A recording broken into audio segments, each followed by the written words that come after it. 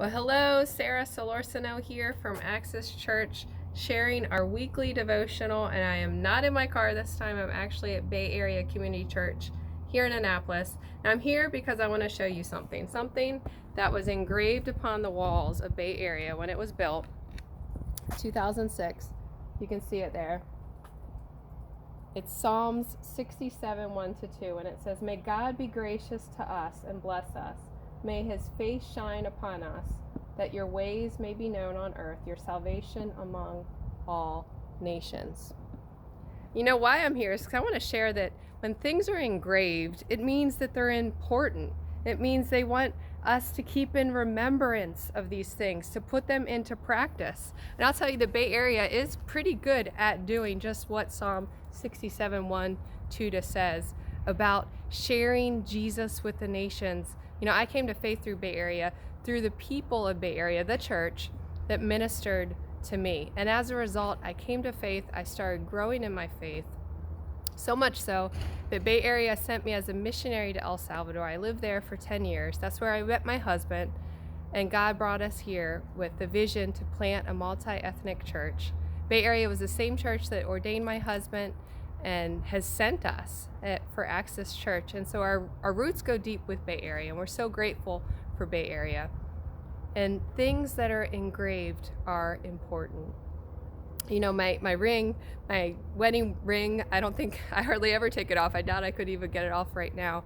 But there's a verse engraved on both of our rings. On my ring, it's Romans 11:36. On Jorge's, it's Colossians 1:16.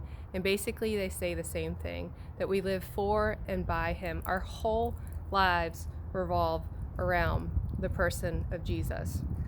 And as I was reflecting, this idea about having things engraved, you know, why do we do that?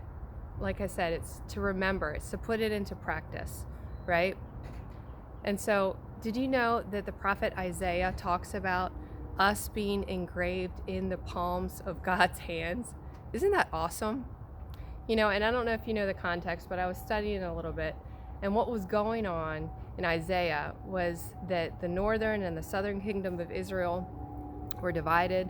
The northern kingdom had already been taken over by Assyria and been exiled to Assyria. The southern kingdom hadn't been defeated by Babylon yet and been exiled to Babylon yet. But the people of God, the Israelites, God's covenant people, they were wondering, God, where are you? God, what's going on? God, have you forgotten about us? In Isaiah, the prophets, they always get a bad rap, right? Because they're truth tellers. But he was encouraging them that no, God hasn't forgotten about them, that yes, God will still have compassion on them. And in verse 15 and 16, I'm going to paraphrase it, but this is what the prophet Isaiah said. He was comparing so much more, like God's love is so much greater than the love that a mother has for their nursing child. And he has more compassion on us than that. Isn't that awesome? And then it says that we are God's people. We are engraved upon the palms of his hands. His walls are ever before us. You know, a lot of times in the Bible, there's comparisons made. It's like, if this is such and such, how much more is God's love? For example, just this past Sunday, we were talking about sparrows, and I didn't know, I just learned this is a good data fact, right? I didn't know that the sparrows were the most common bird in the whole entire world.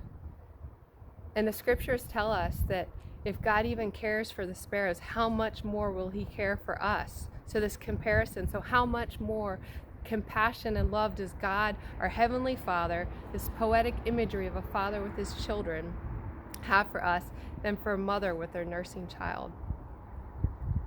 And then we're engraved upon the palms of his hand. He is never going to forget us. If something's engraved, it can't be taken away. It's a done deal.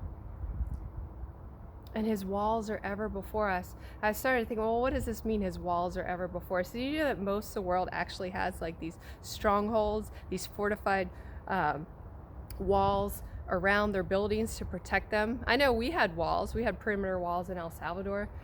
We don't have them too much here in the States. I remember one time, Jorge, we were here in the wintertime, and like we don't have walls around our house. And he was wondering, is that deer going to enter into the house? What's going on? Where are the walls? But God's walls of protection are ever before us. They're around us. And we're engraved upon the palms of his hand. And I think about Jesus. He paid the price, the ultimate price for us to be restored with the Father. And his hands are engraved with nails. And that was for us.